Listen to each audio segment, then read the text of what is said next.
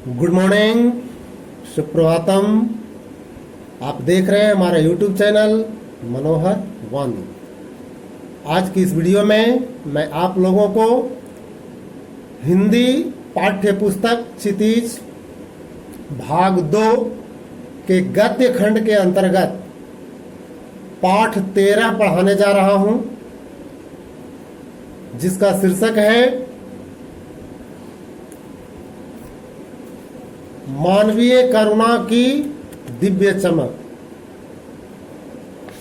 और इसके लेखक हैं सर्वेश्वर दयाल सक्सेना। तो आज इस पाठ का दूसरा पाठ पढ़ाने जा रहा हूं। पिछले वीडियो में आप लोगों ने देखा कि फादर कामिल बुल्के इंजीनियरिंग के अंतिम वर्ष की पढ़ाई छोड़कर संन्यास ग्रहण कर लिए और इस शर्त पर कि मैं सन्यासी बनकर भारत जाना चाहता हूं। वे भारत आकर जीसेट संघ में सबसे पहले 2 वर्षों तक धर्माचार की पढ़ाई की। इसके बाद उन्होंने 9-10 वर्षों तक दार्जिलिंग में पढ़ते रहे। इसके बाद कलकत्ता पहुंचे, वर्तमान जिसे कोलकाता कहते हैं। वहां से इन्होंने बीए किया और फिर इलाहाबाद से एमए किया। उन दिनों डॉक्टर धीरेन्द्र वर्मा हिंदी विभाग के अध्यक्ष थे, विभागाध्यक्ष थे धीरेन्द्र वर्मा। शोध प्रबंध प्रयाग विश्वविद्यालय के हिंदी विभाग में रहकर 1950 में पूरा किया। राम कथा उत्पत्ति और विकास, इन्होंने राम कथा उत्पत्ति और विकास टॉपिक पर शोध प्रबंध लिखा। परिमल में उसके अध्याय पढ़े गए थे। परिमल, जिसके बारे में आप लोग जान चुके हैं, एक साहित्यिक संस्था है जहां पर लेखक कवि एकत्र होते हैं और विभिन्न प्रकार की कविताओं, लेखों, नाटकों, शोध प्रबंधों पर चर्चाएं होती हैं। तो इन्होंने जो शोध प्रबंध लिखा, राम कथा उत्पत्ति और विकास, ये परिमल में पढ़े गए। फादर ने मातरलिंक के प्रसिद्ध नाटक ब्लू बर्ड का रूपांतर भी किया है और नाम रखा है नील पंछी। मातरलिंक का प्रसिद्ध नाटक है जिसका अंग्रेजी में शीर्षक है ब्लू बर्ड, उसका इन्होंने हिंदी में अनुवाद किया है और उसका नाम दिया है नील पंछी। बाद में वह सेंट जेवियर्स कॉलेज रांची में हिंदी तथा संस्कृत विभाग के विभागाध्यक्ष हो गए और यहीं उन्होंने अपना प्रसिद्ध अंग्रेजी हिंदी कोश तैयार किया, डिक्शनरी तैयार किया। अंग्रेजी हिंदी का कोश तैयार किया, नहीं डिक्शनरी तैयार किया और बाइबिल का भी अनुवाद किया। बाइबिल जो ग्रंथ है उसका उन्होंने अनुवाद किया और वहीं बीमार पड़े, पटना आए, दिल्ली आए और चले गए। 47 वर्ष देश में रहकर और 73 वर्ष की जिंदगी जीकर, यानी 47 वर्ष तक उन्होंने भारत में बिताया। उस समय उनकी आयु 73 वर्ष हो चुकी थी और इस 73 वर्ष की भरी पूरी आयु में उन्होंने अंतिम सांस ली दिल्ली आकर। फादर बुल्के संकल्प से सन्यासी थे। यानी उन्होंने सन्यासी होने का संकल्प ले रखा था। कभी कभी लगता है वह मन से सन्यासी नहीं थे, संकल्प ले लिए थे इसलिए सन्यासी थे, मन से सन्यासी नहीं थे। रिश्ता बनाते थे, रिश्ता बनाते थे तो तोड़ते नहीं थे। यानी जो मन से सन्यासी होता है वह बिल्कुल अकेला होता है, उसे किसी से कोई लेना देना नहीं, किसी से कोई मतलब नहीं, वह रिश्ता बनाकर नहीं रहता है, बिल्कुल अकेला होता है। किंतु ये रिश्ता बनाते थे और जिससे एक बार रिश्ता बनाते थे तो उसे अंतिम समय तक पालन किया उन्होंने। 10 साल बाद मिलने के बाद भी उसकी गंध महसूस होती थी। 10 वर्ष बाद यदि कोई मिलता था उनसे तो उनसे वही गंध आती थी अपनापन की। वह जब भी दिल्ली आते जरूर मिलते, खोज कर मिलते थे। लेखक से ऐसी आत्मीयता हो गई थी, इतना गहरा संबंध हो गया था कि जब कभी दिल्ली आते थे तो लेखक से जरूर मिलते थे। जबकि ये सन्यासी थे, सन्यासी में इस तरह की भावना नहीं होती, लेकिन इनमें थी। समय निकाल कर मिलते थे, गर्मी सर्दी बरसात झेल कर मिलते, चाहे 2 मिनट के लिए ही सही, लेकिन जरूर मिलते थे। यह कौन सन्यासी करता है? ऐसा कौन सन्यासी करता है? सब सन्यासी ऐसा नहीं करता। उनकी चिंता हिंदी को राष्ट्रभाषा के रूप में देखने की थी। वे हिंदी को राष्ट्रभाषा बनाना चाहते थे। उनकी इच्छा थी कि हिंदी राष्ट्रभाषा का रूप ले, हिंदी को राष्ट्रभाषा का दर्जा मिले, सब लोग हिंदी बोले, हिंदी भाषा का प्रयोग हो कार्यालयों में। हर मंच से इसकी तकलीफ बयान करते थे। जब कभी वे कहीं से भाषण देते थे तो वे खुलकर इस बारे में बोलते थे। हिंदी को राष्ट्रभाषा बनाने के लिए वे बराबर मंच से बोलते थे। इसके लिए अकाट्य तर्क देते थे। अकाट्य जिसे काटा न जा सके, यानी ऐसा तर्क देते थे कि उसे कोई टाल नहीं सकता था, कोई काट नहीं सकता। बस इसी के एक सवाल पर उन्हें झुंझलाते देखा है और हिंदी वालों द्वारा ही हिंदी की उपेक्षा पर दुख करते उन्हें पाया है। जब हिंदुस्तान के लोग हिंदी की उपेक्षा करते थे तो फादर कामिल हुल्के को बहुत दुख होता था कि हिंदुस्तान में रहकर भी लोग हिंदी की उपेक्षा करते हैं। इस बात पर वे कभी कभी झुंझला उठते थे। घर परिवार के बारे में, निजी दुख तकलीफ के बारे में पूछना उनका स्वभाव था। जब कहीं किसी से मिलते थे तो उस व्यक्ति से उसके निजी जीवन के बारे में, दुख सुख के बारे में जरूर जानकारी लेते थे और बड़े से बड़े दुख में उनके मुख से सांत्वना के जादू भरे 2 शब्द सुनना एक रोशनी से भर देता था जो किसी गहरी तपस्या से जन्मती। यदि कोई काफी दुख में होता था, अपना दुखड़ा सुनाता था, तो फादर कामिल हुल्के इस तरह उसे सांत्वना देते थे कि उसका सारा दुख दर्द मिट जाता था। यानी उनकी वाणी में सांत्वना की जादुई शक्ति थी जिसे सुनकर किसी का दुख दर्द मिट जाता था। हर मौत दिखाती है जीवन को नई राह। हर मौत जीवन को नई राह दिखाती है। मुझे अपनी पत्नी और पुत्र की मृत्यु याद आ रही है। लेखक कह रहा है कि उसे अपनी पत्नी और पुत्र की मृत्यु याद आ रही है और फादर के शब्दों से झरती विरल शांति भी।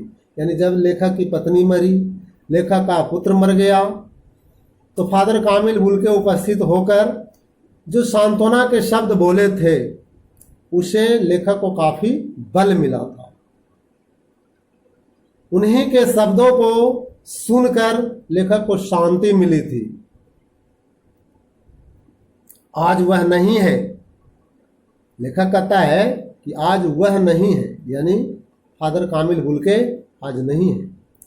वे भी इस दुनिया से चल बसे, दिल्ली में बीमार रहे और पता नहीं चला।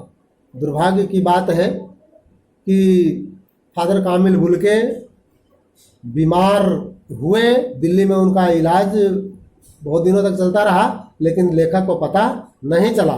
बाहें खोलकर इस बार उन्होंने गले नहीं लगाया। जब देखा तब वे बाहें दोनों हाथों की सूजी उंगलियों को उलझाए ताबूत में जिस्म पर पड़ी थी।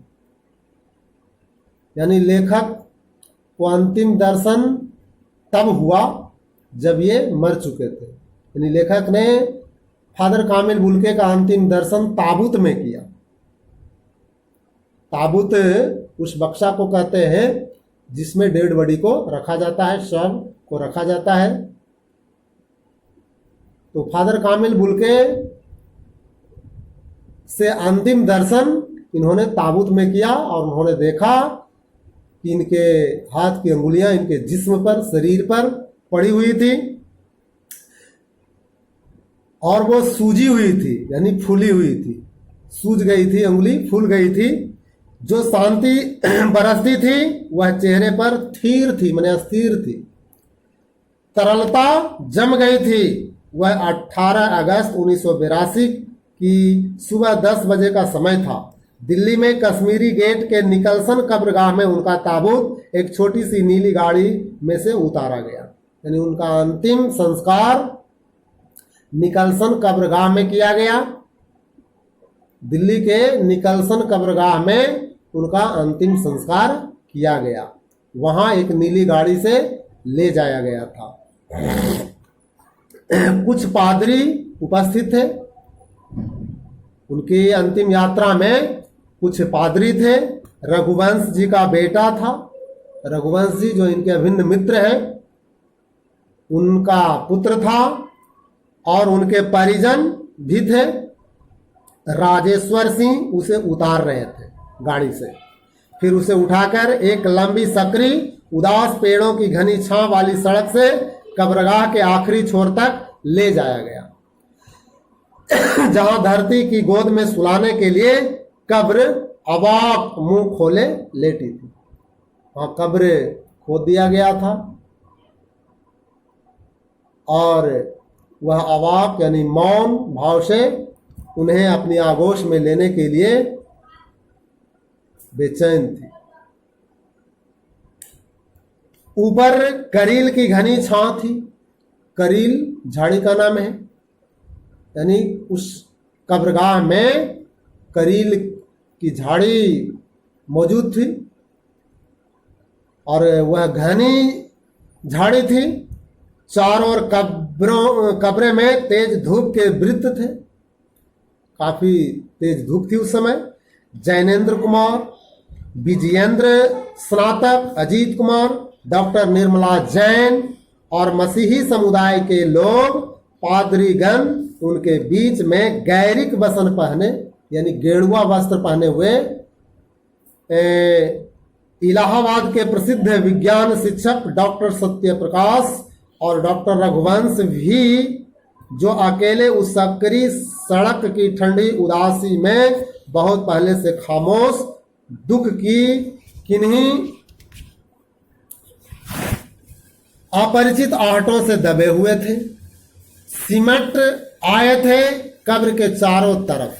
सभी लोग, ये सारे लोग कब्र के चारों तरफ घेरे हुए बैठे थे मौन भाव से। सबों के चेहरे पर उदासी की रेखा थी। सब मौन भाव से इनके अंतिम संस्कार में जुटे हुए थे। फादर की देह पहले कब्र के ऊपर लिटाई गई। फादर कामिल हुल्के के डेड बॉडी को, शव को कब्र के ऊपर लिटाई गई और मसीही विधि से यानी पादरी विधि से ईसाई धर्म में जिस तरह से किया जाता है उस तरीके से उनका अंतिम संस्कार शुरू हुआ। रांची के फादर पास्कल त्वैना के द्वारा, रांची के फादर थे जिनका नाम था पास्कल त्वैना, इनके द्वारा अंतिम संस्कार शुरू किया गया। उन्होंने हिंदी में मसीही विधि से प्रार्थना की। फिर सेंट जेवियर्स के रेक्टर फादर पास्कल ने उनके जीवन और कर्म पर श्रद्धांजलि अर्पित करते हुए कहा कि फादर बुल्के धरती में जा रहे हैं, इस धरती से ऐसे रत्न और पैदा हो। आज फादर कामिल बुल्के धरती में समाहित हो रहे हैं और मैं ईश्वर से प्रार्थना करता हूं कि इस तरह के नर रत्न और पैदा हो।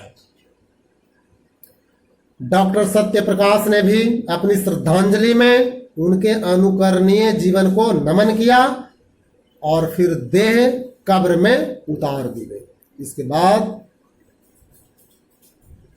फादर कामिल बुल्के के मृतक शरीर को कब्र में डाल दिया गया।